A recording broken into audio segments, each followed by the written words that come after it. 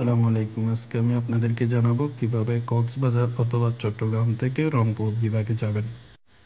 প্রথমে আমরা চলে আসলাম Cox's Bazar bus terminal. Cox's Bazar bus terminal থেকে এসি এবং নন এসি উভয় ধরনের বাস পাওয়া যায়। নন এসি ভাড়া পড়বে 1400 থেকে 1600 টাকা, আর এসি পড়বে 2000 থেকে 2200 টাকা। তার মধ্যে স্লিপারে গেলে 2500 টাকার মতো, 2500 থেকে 2600 টাকার মতো ভাড়া পড়বে। চট্টগ্রামের দুইটা লোকেশন থেকে আপনি বাসে করে যেতে পারবেন, একটা হচ্ছে দামপাড়া, আরেকটা হচ্ছে অলংকার মোড়। কক্সবাজার থেকে গেলে আপনি যাত্রাপথে 3টি যাত্রা বিরতি পাবেন, আর চট্টগ্রাম থেকে গেলে 2টি যাত্রা বিরতি পাবেন। কক্সবাজার থেকে গেলে আপনি চট্টগ্রাম, ফেনী, কুমিল্লা, ঢাকা, টাঙ্গাইল, সিরাজগঞ্জ, বগুড়া, গাইবান্ধা হয়ে আপনি রংপুর যাবেন। আপনাদেরকে আরেকটু জানিয়ে রাখি, আমি যেটা বললাম সেটা হচ্ছে কক্সবাজারের ভাড়া। সেক্ষেত্রে আপনি যদি চট্টগ্রাম থেকে যান, ভাড়া 300 থেকে 400 টাকা করে কম পড়বে।